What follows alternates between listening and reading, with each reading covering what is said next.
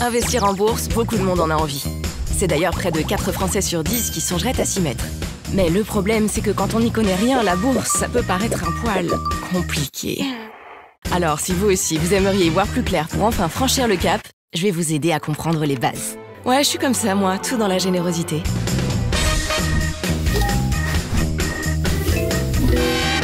Avant toute chose, je vous propose qu'on se repasse ensemble la définition. La bourse, c'est le lieu où vont se confronter l'offre et la demande pour s'échanger des actions et des obligations. Alors, vous allez me dire, ok, mais c'est quoi les actions et les obligations?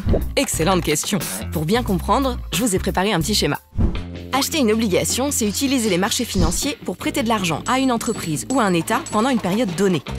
En contrepartie, vous percevez des intérêts périodiques qu'on appelle les coupons. Une fois l'obligation arrivée à échéance, le capital prêté est entièrement remboursé. Acheter une action, en revanche, c'est devenir propriétaire d'une partie de l'entreprise. Vous pouvez conserver vos actions aussi longtemps que vous le souhaitez et vous resterez actionnaire jusqu'à leur revente.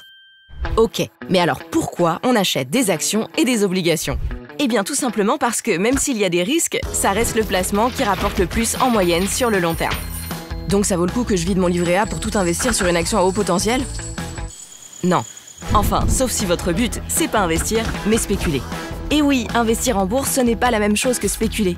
Vous ne voyez pas la différence? Jusque-là, vraiment, pour moi, c'est une notion très très vague. J'en étais sûre. Allez, petite mise au point.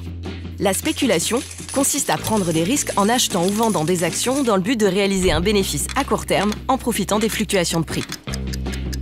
L'investissement, en revanche, consiste à acheter des actions dans le but de les conserver sur une période plus longue, généralement plusieurs années, dans l'espoir de réaliser une croissance à long terme des revenus. Bon, ça, c'est compris. Mais maintenant, vous vous demandez sûrement comment on investit en bourse. C'est une question qu'on peut se poser. Enfin, je veux dire, comment ça fonctionne en pratique? Il faut d'abord ouvrir un réceptacle dans lequel on va héberger les titres. Et là, eh bien, vous avez plusieurs options. Vous pouvez les placer soit dans un compte titre ordinaire, ou CTO, soit dans un PEA, soit dans un contrat d'assurance vie. Le compte titre ordinaire est le réceptacle le plus souple, puisqu'il peut accueillir tous les types de titres. Actions, obligations, SICAV, FCP. Il n'y a pas de plafond, vos investissements ne sont pas bloqués dans le temps, mais ils n'offrent aucun avantage fiscal.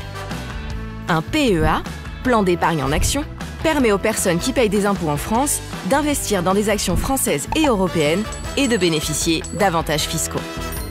Mais les montants sont plafonnés et les retraits ne peuvent être effectués qu'après un certain délai pour bénéficier de ces avantages fiscaux. Une assurance vie, c'est un contrat qui permet de placer de l'argent en vue de se constituer une épargne sur le moyen ou long terme. Les actions ou obligations qu'on peut y placer sont appelées des unités de compte ou UC. L'assurance vie offre des avantages fiscaux spécifiques. Une fois que vous avez choisi la formule qui vous convient le mieux, vous pouvez commencer à investir.